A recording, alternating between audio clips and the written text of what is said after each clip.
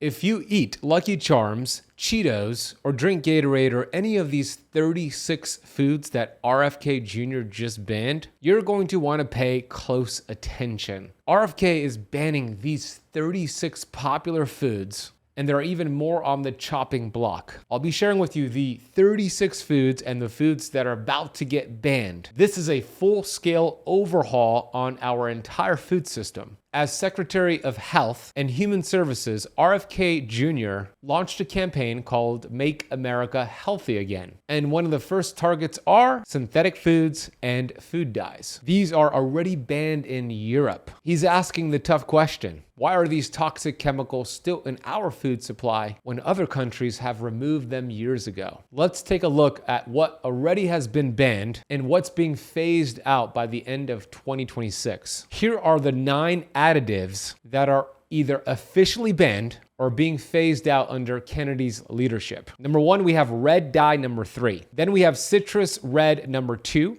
orange B, red 40, yellow 5, yellow 6, blue 1, blue 2, and green 3. Now that list probably doesn't mean much to you, but I'll show you the 36 foods you'll find those ingredients in. These synthetic dyes have been linked to everything from hyperactivity in children to potential carcinogenic effects, which is cancer-causing effects. And they're hiding in foods you see every single day. So which everyday foods that you're probably consuming contain these banned dyes? Here's a list of the most common offenders. Let's start with red 3 and red 40. You're gonna find this in Skittles, Lucky Charms, Pop-Tarts, which are the strawberry and the cherry variety, Fruit Roll-Ups, red Gatorade, Jell-O, and maraschino cherries. Then we have yellow 5 and yellow 6, which you'll find in the following foods: Cheetos, Doritos, Kraft Mac and Cheese, Mountain Dew, Fruit Loops, Twinkies, and instant ramen seasoning. Then we have blue 1 and blue 2, which you'll find in the following foods: Gatorade Frost,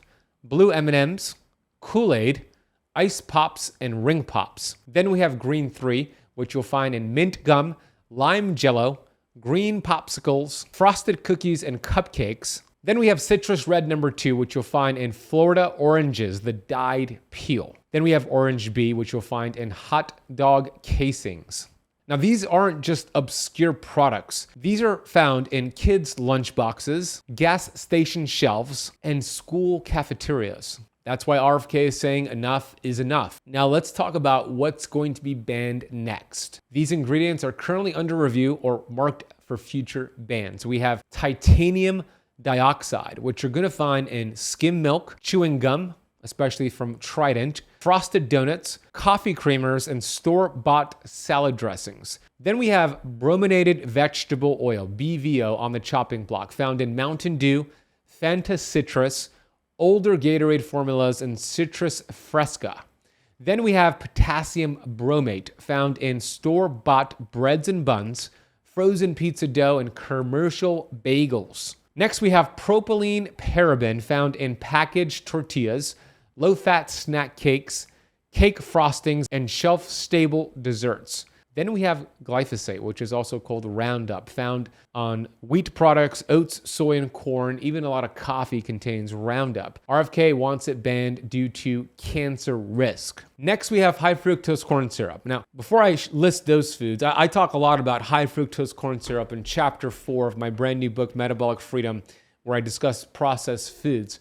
High fructose corn syrup is mitochondrial poison. Your mitochondria are these energy batteries within your cells that help you produce energy, which helps you have energy, and they help you burn fat. As a matter of fact, so many diseases are linked to poor mitochondrial health. I could list them all for you. I'll list a few right now: ADD, ADHD, cancer, heart disease, diabetes. We also have autoimmune conditions, thyroid conditions. It's linked to poor mitochondrial health. When you consume high fructose corn syrup, it poisons your mitochondria, and it leads to fatty liver disease. There's an epidemic of non-alcoholic fatty liver disease, not only in adults, but unfortunately also in children. 90% of high fructose corn syrup is processed by your liver. And when you overload it with high fructose corn syrup, this very important fat-burning detoxification organ, the liver, can't burn fat, can't detoxify, leaving you feeling inflamed, causing weight gain and weight loss resistance, and a buildup of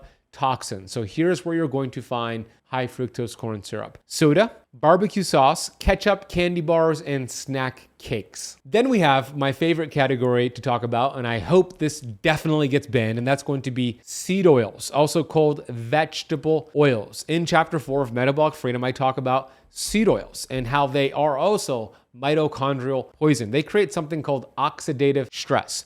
I want you to think about this. If you bit into an apple and you left your apple on your kitchen counter for hours, you came back and looked at that apple, what are you gonna see? The part where you bit is going to turn brown. You probably see this when avocados go bad, bananas go bad.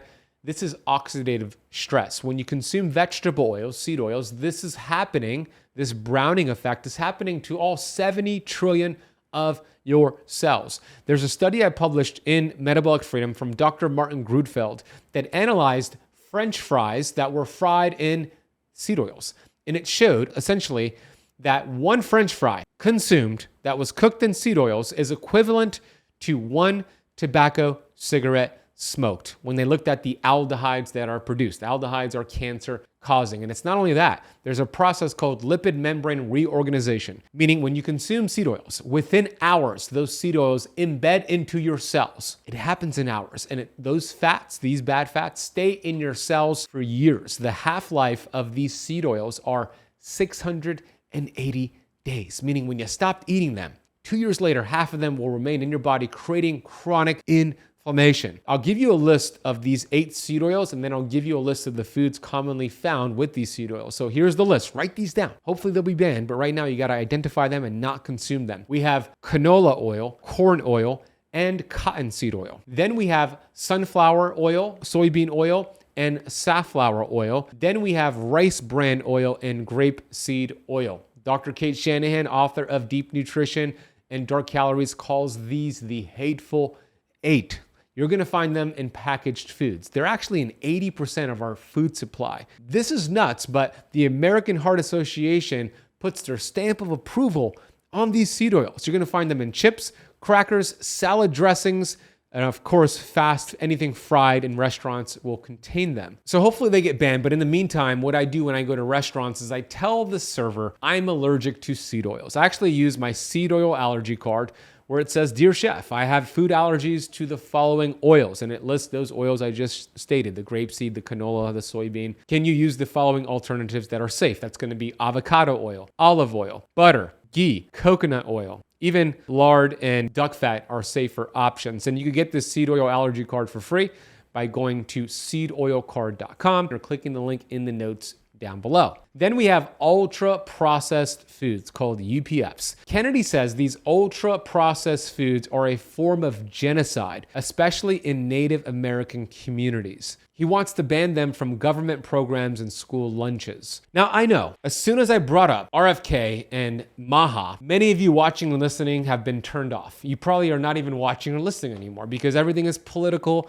and polarized these days. It is unfortunate, and there's a lot of pushback, but this matters. We live in a country, the United States, which is the wealthiest country in the entire world. Yet, we rank 37 in the world in terms of health. There are third world countries that are doing better than us. In the US alone, and I talk about this in Metabolic Freedom, we spend $4.6 trillion every year on healthcare. That would be the 4th largest GDP in the world if it was a GDP. Yet we are sicker than ever before, and pharmaceutical companies are richer than ever before. And what's interesting about that $4.6 trillion that we spend every year, 1 out of every $4 is spent on diabetes, primarily type 2 diabetes, which is a metabolic disease that is 100% preventable and 100% reversible. Something's got to change. And if that means it's RFK and MAHA, I am with it. You should be with it too. You see, our body and our cells don't see red, don't see blue. They see health. They seek health. They want health. And if this is the change that's going to make it happen, I'm all for it. I know it's controversial and you might be put off right now, but it's needed. And these bans might raise food prices. That's something to consider. Some say the data is inconclusive on these additives, and some say it may open the door for overregulation. All of that may be true, possibly, but we know we live in a sick nation. I used to say The system is broken. The healthcare system is broken. I no longer say that. It's designed exactly and it's functioning exactly the way that it was designed. It's a cash cow. It's a subscription model. It is a brilliant subscription model. Think about this. You go to your convenience store, your grocery store, your gas station. The food in the inner aisles at the front of the store contain all of these ingredients, all of these foods I mentioned in today's lesson. It's cheap, it's available, it's convenient, and we eat it as Americans.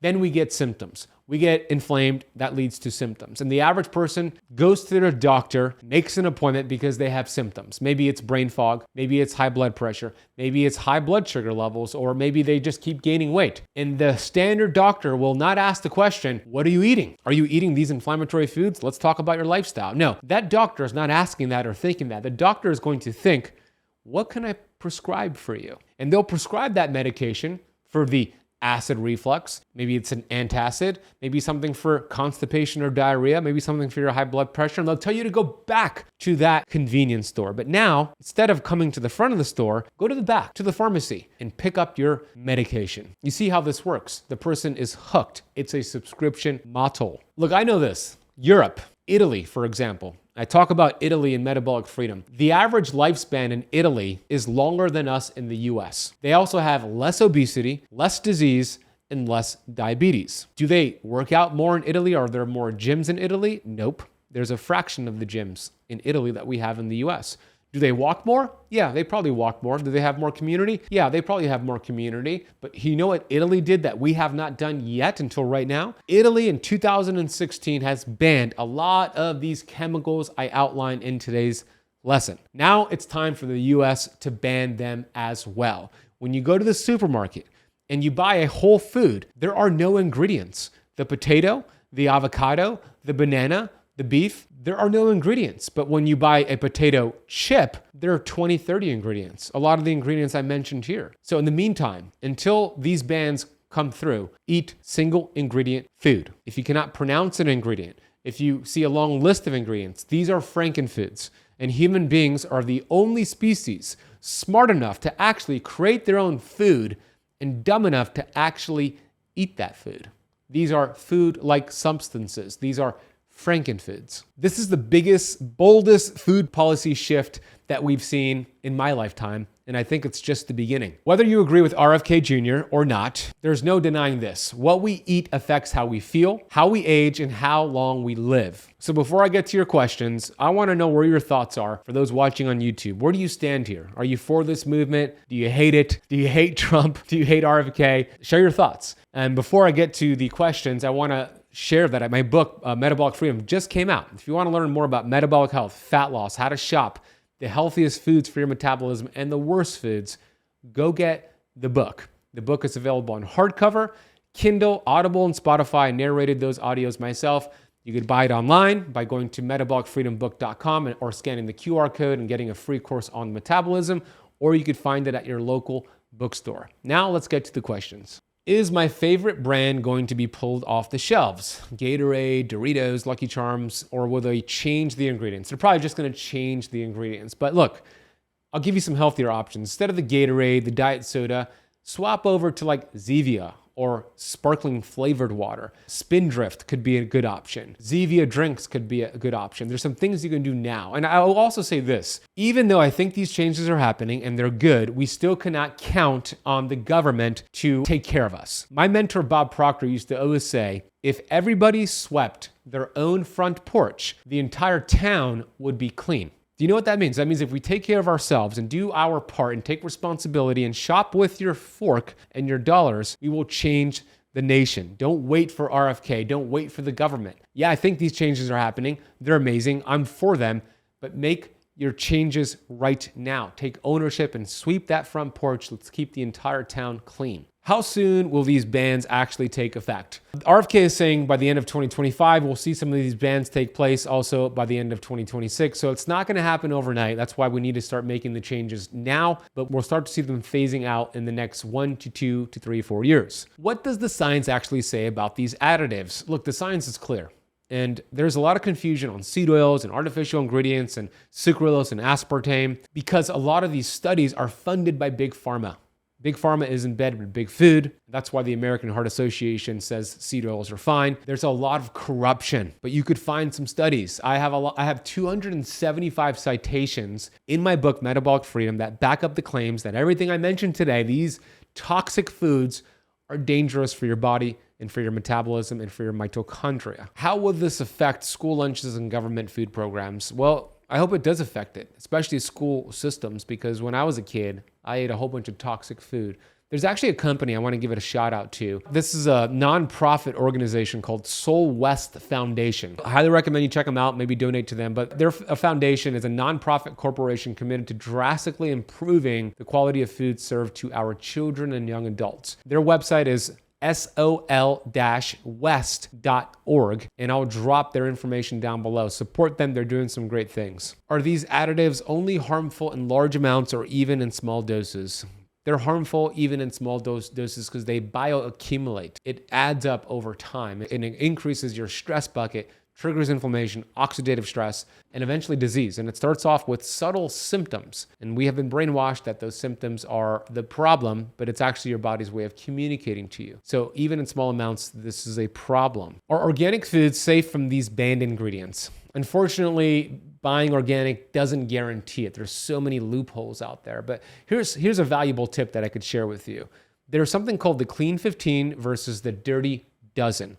The Clean 15 are foods that the Environmental Working Group has shown to have the lowest levels of pesticide residue and toxins. So even if they're not organic, they're usually safer. Here are the 15 ones that I'll mention, and then I'll give you the Dirty Dozen. We have avocados, sweet corn, pineapples, onions, papayas, frozen sweet peas, asparagus, mushrooms, sweet potatoes, mangoes, watermelon, cantaloupe, kiwi, honeydew melon, and carrots. The Dirty Dozen are the foods you want to make sure if you consume them, they're organic and non-GMO. They have been shown to have the highest level of contaminants. These are going to be strawberries, spinach, although I don't recommend spinach at all, grapes, apples, cherries, kale, collard, and mustard greens. Don't really recommend those either. Peaches, pears, nectarines, blueberries, bell and hot peppers, and green beans. There you have it.